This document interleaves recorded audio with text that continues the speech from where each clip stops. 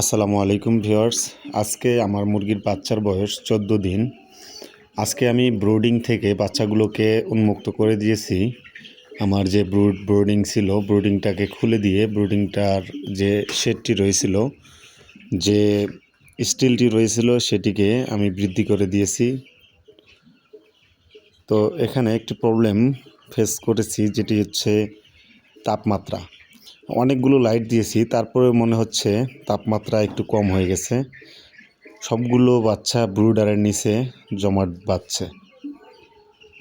তো সকলেই যদি ব্রুডিং থেকে বাইরে ছেড়ে দেন বা ব্রুডারের বাইরে দেন, অবশ্যই খেয়াল করবেন তাপমাত্রা যদি নিয়ন্ত্রণে না থাকে, তাহলে বাচ্চার সমস্যা নিশ্চিত ধরবে।